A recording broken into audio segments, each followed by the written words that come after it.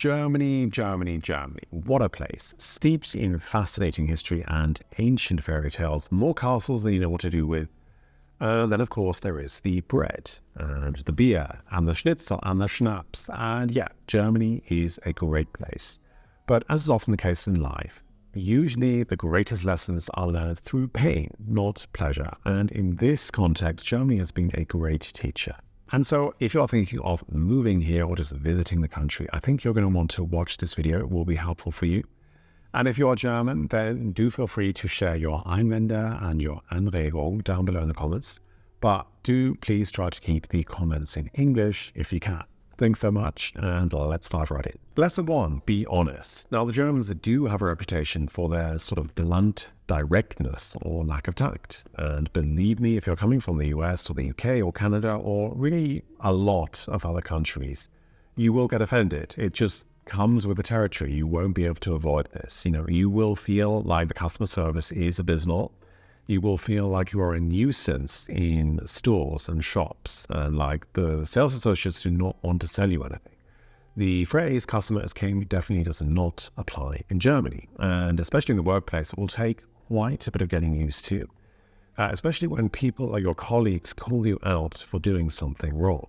And this will be a shock to the system, especially if you are British. However, I do actually think that most of us could benefit from just being a little more direct and saying what we actually think. People like to know where they stand. They like to know where you stand, and you can never ever make everyone happy. And so just, state your preferences. Just say what you want to say without sort of trying to cloak everything in niceties. And so one of the first lessons or takeaways from Germany is to just be more direct and upfront. Lesson 2, resilience. Now, I think that really moving abroad to any country is a great lesson in resilience.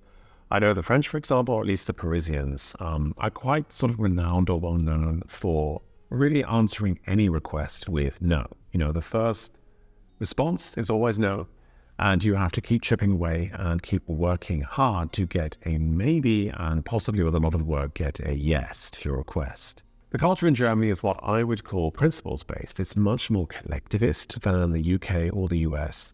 And you might sort of think of a collectivist culture as being very sort of warm and fuzzy and friendly. That's not the case. People can be very disagreeable here because it is necessary to be disagreeable to your fellow human being in order to maintain the societal norms. And so, contrary to the UK, where if somebody is doing something antisocial, the response is usually just to maybe look at them in a condescending manner, but you would never really say anything. In Germany, it's very common to just, tell people they're doing something wrong. And I remember it was only a couple of weeks ago, actually, I was in the tram, and a young girl had put her feet up on the seat opposite her, and an old lady told her to put her feet down. And the girl refused, and there ensued a long discussion, quite a heated debate, quite a big discussion which involved a lot of other passengers concerning the situation. And I think it really all comes down to this quote, which you've probably heard before, which is that the Germans are too honest to be polite, and the Brits are too polite to be honest. Strong principles that do sound very attractive in theory, but if you've ever lived with anyone who has very strong principles, it can be exhausting, especially if your personal needs are being snubbed for the greater common good. It can be exhausting. And so, I've definitely learned, one of the things I've learned is the importance of principles, but more importantly, just the value of perseverance and sticking at it and not giving up at the first sign of instability or uncomfortableness. Lesson 3. Patience and perseverance. Now, Germany is a great teacher when it comes to being patient and persevering through difficulties. The culture in Germany is generally a lot more introverted than the US or the UK. And I read a really good analogy. I can't remember where I found this, but it was somewhere online. And it basically compared Germans to walnuts, and in the US or the UK to avocados. Germans are quite hard and tough on the outside. It's very difficult to penetrate this sort of unfriendly exterior. But once you've cracked open this hard walnut shell, there's a lot of good, valuable qualities inside. And on the contrast, UK, the US, is more like an avocado. It's very soft on the outside. They're very friendly. It's very easy to get a superficial level of contact, but it's a lot harder to really go deep and get to the core of people. And this is one of the reasons why people really struggle to make friends in Germany. They find it very difficult, basically because, it takes work, it takes effort, and people do not have the patience or the perseverance to keep going. And it takes time for a German to call you their friend, and it takes time to build trust. Lesson number 4, life is a game. Now, imagine this. You're out on your bike, you're cycling through the city, minding your own business, and a car overtakes you and sort of cuts in front of you because they want to turn right. What is your response? What do you do when this happens? Well, the common response in Germany is to get very angry, get very irate, maybe even sort of thump your fists on the car or kick it, and have a very heated discussion or debate, and maybe even call the police. And I've seen this time and time again, and it was really very shocking from the beginning, but I have learned that this is actually, this is not really to be taken seriously. And I liken this kind of angry behavior to a football match, to what happens on the football pitch, at least, in modern day football. So everybody knows the rules, and people are trying to get a foul whenever possible. So whenever there's any kind of contact, the players go down on the ground, they raise their hands up in the air, and they look to the ref, and they try to get awarded a foul, a free kick, whatever, a penalty, because this is just how the game is played. These are the rules. And this is really no different in German society. It's a defense mechanism. It's just one way to make sure you don't get blamed for any sort of potential liability or risk when there is an accident involved. And, just like in the football match, people scream and shout, they go to the floor, they pretend they had a huge life-threatening injury. But the ref makes a decision and the game moves on. And if that decision did not really influence the result of the game, nobody cares. So this is something that is very difficult for the British to come to terms with, because we really have the opposite reaction when an accident occurs. It is usually the British response to, just apologize profusely, even if you know exactly that you did not do anything wrong. And so this is something that you need to be aware of, that huge displays of emotion can be fickle and are not necessarily to be taken seriously. Lesson 5, your identity is predetermined. Now, this might be a little personal to me, and it's not completely specific to Germany, but it's a very important point which you should be aware of when moving abroad to any country, really. Who you are will play a massive role in how comfortable you end up feeling in Germany or in the country of your choice, wherever you're moving to. People need things to latch onto. They need bits of information to try to understand you and work out who you are, if you're safe, if you're a threat, or what you're doing in the country. And a big part of identity is nationality. And people make snap judgments all the time. We all do it. If you say you don't, then you probably do it more than the rest of us. It's just a fact. It's just a reality of life. We all judge each other all the time. And this is something which I noticed acutely in 2016 and the years following 2016. If you've forgotten, 2016 is the year that Brexit happened. And this really changed the perception and the treatment of, I think, most British really anywhere abroad across the world. We were just perceived a bit differently after that. And it was really at this time that I became aware how special the German-British relationship had been. I didn't really appreciate this before, but people really took this very personally here. I had many discussions with friends and with people that I was meeting for the first time, and they took this decision very personally, and they often held me personally responsible for this decision, even though they didn't know me. It really felt a bit like a breakup, like it felt that they were upset with me because I was breaking up with them, even though we didn't have a personal relationship. And it was not possible to have a logical, rational discussion. People got very emotional and very personal very quickly. And it's just, something to keep in mind, that who you are, your nationality, the country where you are born, follows you around the world wherever you go. And the leaders of that country make decisions, and that influences you and how you are perceived in the country that you end up living in. So I would just say the lesson to take away here is to be aware of this and maybe to look up the attitudes that Germans might have towards their own country, because it's important. It will determine your life satisfaction and if you're actually going to be able to integrate here or not. Lesson number 6 is to focus on what matters and to start now. When moving abroad, there's a decision that we all have to make. Should I learn the language? I mean, this is a no-brainer, of course. My answer is yes. Everyone needs to learn the language of the country that they move to.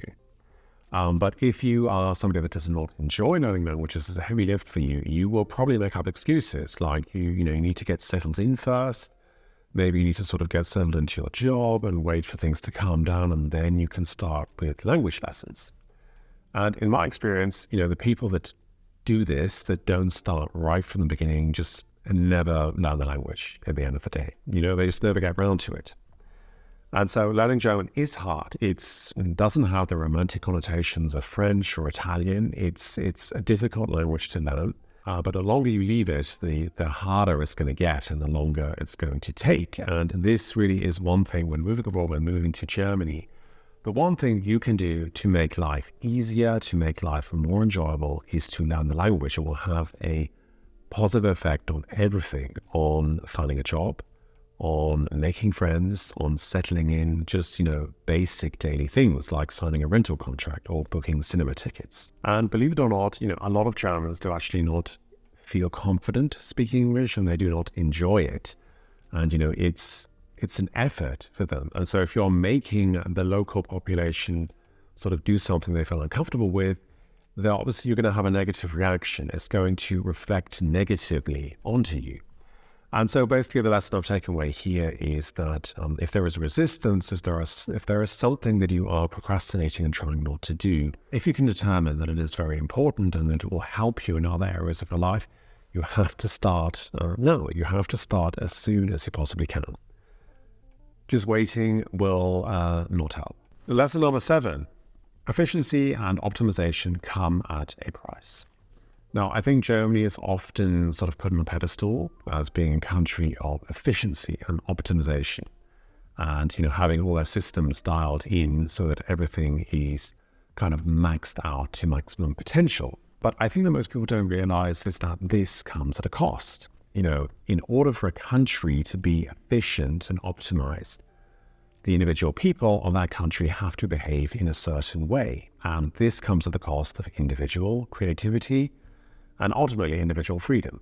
The manager at one of my first jobs here in retail was a bit of a control freak. Everything was really very well structured. It was very well organized and regimented, and everything ran like clockwork. And we were a very successful team. So much so that we often got, a lot of visits from head office trying to work out what we were doing differently. The truth is that this manager had deeply ingrained systems and processes into everyone, and she was really relentless. And if anyone deviated from the routine, then there would be disciplinary meetings, and this person will be brought back into line, so to speak. And we were very successful until the company decided to shift their strategy, and instead of just focusing purely on turnover, they started focusing on customer retention and customer loyalty and all that kind of stuff.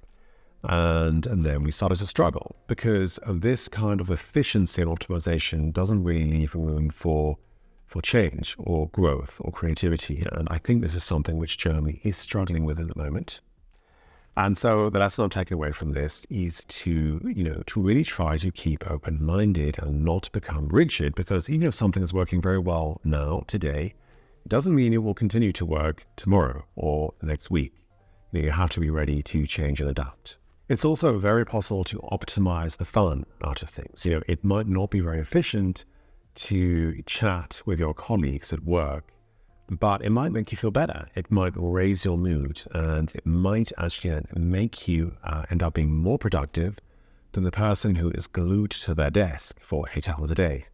Lesson number 8, slow living. Now, one of the best things about living in Germany is the focus on a more holistic life, which does not solely revolve around work. Of course, this does exist as well, but it's more of an individual choice. You don't have to choose this in Germany, and there really are very strong subcultures of anti-commercialism of community and sort of alternative lifestyles. And I'm sure you've already heard about the famous Sundays where the shops are closed. It might seem trivial, keeping the shops closed on Sunday and regulating work hours, but I do think this kind of thing is instrumental in playing a role in life satisfaction and giving people the opportunity to focus on things of more substance, which ultimately are going to bring more meaning and more life satisfaction than focusing purely on profit and the next promotion or the next pay rise. Career and work are important. They are very important, but it takes more than this to lead a life of quality. Which leads me on to my next point, lesson number 9. Quality over quantity. If there's one thing I've learned since living in Germany, it is the importance of prioritizing quality over quantity. And this really spills into all the areas of life in Germany, from food to consumer products to relationships and even to things like downtime and relaxation. This focus on quality is very important in Germany, and this is something which resonates with me a lot. Now, I'm sure there are going to be many people which disagree with this lesson. The general zeitgeist at the moment is that Germany is going downhill and everything is falling apart. And I think it's really just all a matter of perspective and comparative analysis.